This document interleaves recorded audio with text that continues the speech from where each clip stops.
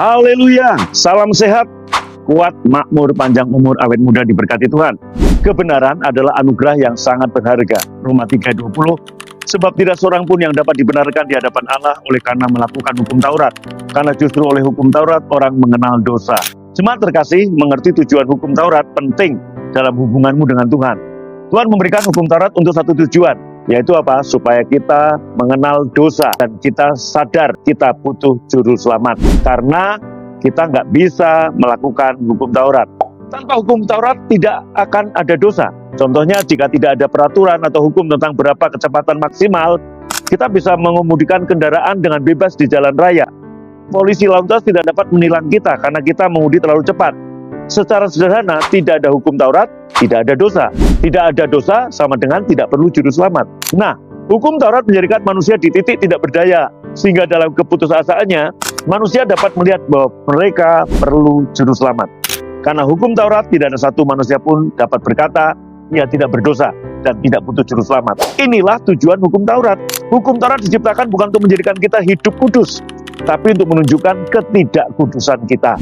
Iblis ingin kita selalu mengingat hukum Taurat sehingga kita selalu merasa bersalah dan tertuduh. Inilah cara iblis menjebak kita dalam lingkaran kekalahan. Iblis selalu mengingatkan kita betapa kita tidak layak menerima berkat-berkat Tuhan. Di beberapa serangan yang biasa dilakukan iblis yang dikenal sebagai pendakwa saudara kita. Kamu menyebut dirimu orang Kristen? Kamu munafik. Tidak usah berdoa.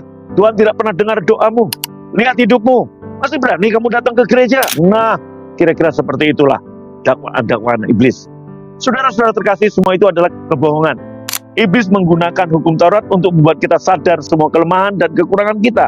Tetapi melalui Yesus Kristus, kita tidak lagi berada di bawah penghukuman hukum Taurat. Iblis telah dilucuti senjatanya oleh kuasa salib Yesus. Yesus yang tidak kenal dosa menanggung hukuman dosa kita di atas salib. Melalui Yesus, kita telah dibenarkan terpisah dari hukum Taurat. Jadi saat kita mendengar suara penghakiman dari si penuduh, ingatlah diri kita bahwa kita adalah kebenaran Bapa di dalam Yesus. Deklarasikan dengan suara nyaring, saya adalah kebenaran Bapa di dalam Yesus Kristus. Menjadi kebenaran Bapa adalah anugerah. Ini bukan upah ketaatan kita pada hukum Taurat. Kita bukan memakai jubah kebenaran diri kita sendiri sekarang, melainkan jubah kebenaran Yesus. Bapa melihatmu sebagai kebenaran Yesus sendiri. Hal ini permanen dan selamanya berlaku karena Yesus telah lakukan untuk kita di atas salib. Dan ingatlah, karena kita memakai jubah kebenaran Yesus, setiap halangan yang mencoba menghalangi kita mengalami hidup berkelimpahan. Apakah itu kecanduan, sakit penyakit, ketakutan, atau depresi? Harus pergi. Mari naikkan doa. Bapa, terima kasih karena Engkau telah melucuti senjata si penuduh dan menjadikan semua tuduhannya tidak berkuasa dan tidak benar. Terima kasih Engkau mengenakan jubah kebenaran Yesus padaku. Ini adalah anugerah yang sangat berharga dan pernah bisa aku dapatkan dengan usahaku sendiri. Tolong aku untuk tetap bertumbuh dalam pewahyuan bahwa kebenaranku adalah anugerah-Mu.